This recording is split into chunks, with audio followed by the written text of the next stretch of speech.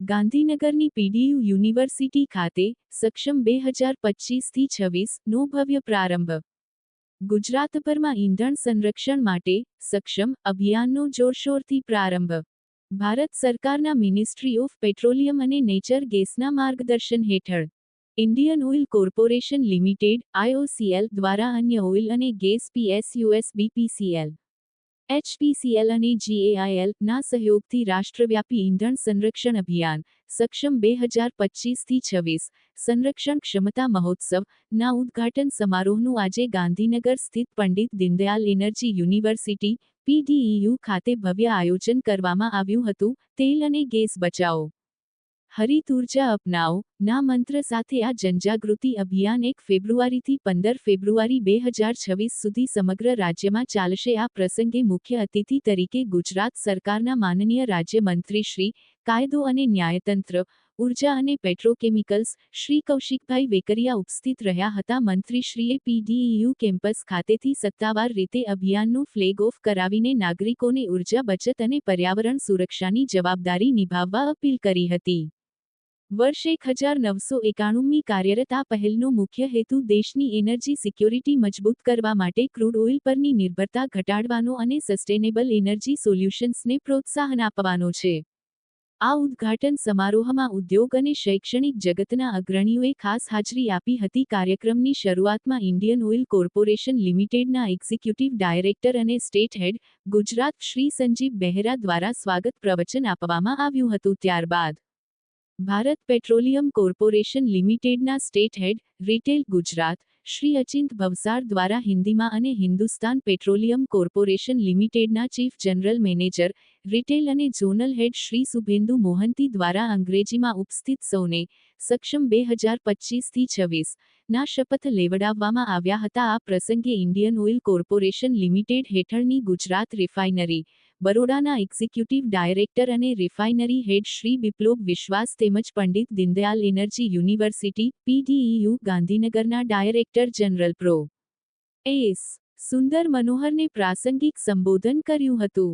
કાર્યક્રમમાં મુખ્ય અતિથિ તરીકે ગુજરાત સરકારના માનનીય રાજ્યમંત્રી, કાયદો અને ન્યાયતંત્ર, ઉર્જા અને પેટ્રોકેમિકલ્સ, વૈધાનિક અને સંસદીય બાબતો શ્રી કૌશિક કાંતિભાઈ વેકરિયાએ કી નોટ એડ્રેસ આપ્યું હતું. આ ઉપરાંત મંચ પર જામનગરના ધારાસભ્ય શ્રી દિવ્યેશ અકબરી અને મહેસાણાના ધારાસભ્ય શ્રી મુકેશ પટેલની ગરિમામય ઉપસ્થિતિ રહી હતી. આ પખવાડિયા દરમિયાન ગુજરાતભરમાં સાયક્લોથોન, વોકાથોન અને ગ્રામ્ય સ્તરે LPG પંચાયત જેવા વિવિધ જનજાગૃતિના કાર્યક્રમો યોજાશે.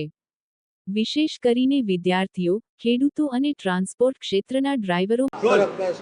नमस्कार, मैं राहुल अग्रवाल हूँ, इंडियन ऑयल में डिविजनल रिटेल हेड, अहमदाबाद मंडल कार्यालय में। हम लोग बेसिकली रिटेल सेल्स जो बिजनेस है इंडियन ऑयल का वो देखते हैं।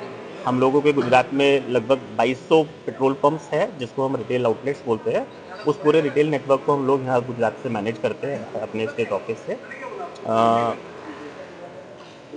जैसा कि हम लोग पेट्रोल बेचते हैं, अब पेट्रोल बेचते हैं क्योंकि कस्टमर्स को रिक्वायरमेंट है, वो लोग यूज़ करते हैं। अगर मैं पिछले साल की बात करूं, पिछले साल इंडिया ने, अपने देश ने 243 मिलियन मेट्रिक टन, मतलब 2430 lakh ton crude oil import किया है। क्योंकि अपने देश में क्रूड ऑयल नहीं बनता है, क्रूड ऑयल नहीं निकलता है, तो हम लोग अपनी खपत को पूरा करने के लिए क्रूड ऑयल दूसरे देशों से इंपोर्ट करते हैं और यहाँ पे उसको प्रोसेस करके कस्टमर्स की रिक्वायरमेंट को फुलफिल करते हैं, जिसके लिए कि ऑयल रिफाइनिंग कंपनीज है। अब क्योंकि क्रूड ऑयल हम लोग इंपोर्ट करते हैं तो उसकी एक बहुत बड़ी कॉस्ट है।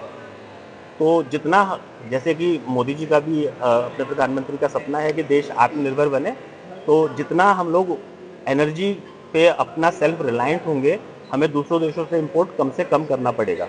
उसी के लिए ऑल्टरनेट एनर्जीज में बहुत सारे प्रोग्राम्स चल रहे हैं, चाहे वो सोलराइजेशन हो, विंड मिल है, बहुत सारे अलग अलग तरह के प्रोग्राम चल रहे हैं जिससे कि क्रूड ऑयल पे हम लोगों की डिपेंडेंस कम हो सके। आज का जो ये प्रोग्राम है सक्षम, ये एक पखवाड़ा है। वैसे तो तेल बचाना एक कंटिन्यूस प्रोसेस है जो कि पूरे साल ही हमारी कोशिश होती है हम अपने कस्टमर्स को, यूज़र्स को जागरूक बनाए।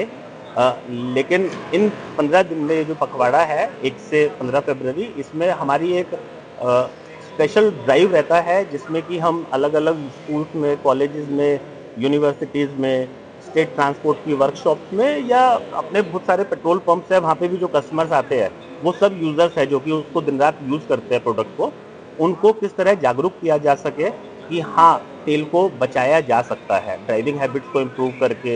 जैसे सिग्नल पे कोई खड़ा है कैसे, तो उसके हम लोगों के प्रोटोकॉल्स है जो हम लोगों को આજે ઉપસ્થિત રહ્યા છો કાર્યક્રમમાં શું કહેશો? સેવા પખવાડિયાનું આયોજન છે અને ખાસ કરીને સેવા પખવાડિયાની ઉજવણીના કાર્યક્રમ ભાગ અનુસંધાને આજે એક સુંદર કાર્યક્રમનું આયોજન કર્યું છે. દરેક કંપનીઓના સ્ટેક હોલ્ડરોને અભિનંદન આપું છું કે ઉર્જા બચાવવાની વાત હોય, ગ્રીન એનર્જીની વાત હોય, કે સેવા પખવાડિયાના માધ્યમથી દરેક સ્કૂલ અને કોલેજની અંદર એક અવેરનેસ આવી શકે એ માધ્યમથી આ કાર્યક્રમનું એક સુંદર આયોજન કર્યું છે. જે પણ કંપનીઓ આ કાર્યક્રમની અંદર સામેલ છે, ખાસ કરીને ઇન્ડિયન ઓઇલ અને તમામ એસપીસીએલ અલગ અલગ કંપનીઓ દ્વારા આ કાર્યક્રમનું આયોજન કરવામાં આવ્યું છે અને લોકોમાં સારી અવેરનેસ આવી શકે, સારી જાગૃતતા આવી શકે એ માટેનો આ કાર્યક્રમ દ્વારા રાખવામાં આવ્યો છે. સ્કૂલ અને કોલેજના માધ્યમથી સેવા પખવાડિયાના કાર્યક્રમ દ્વારા દરેક જગ્યાએ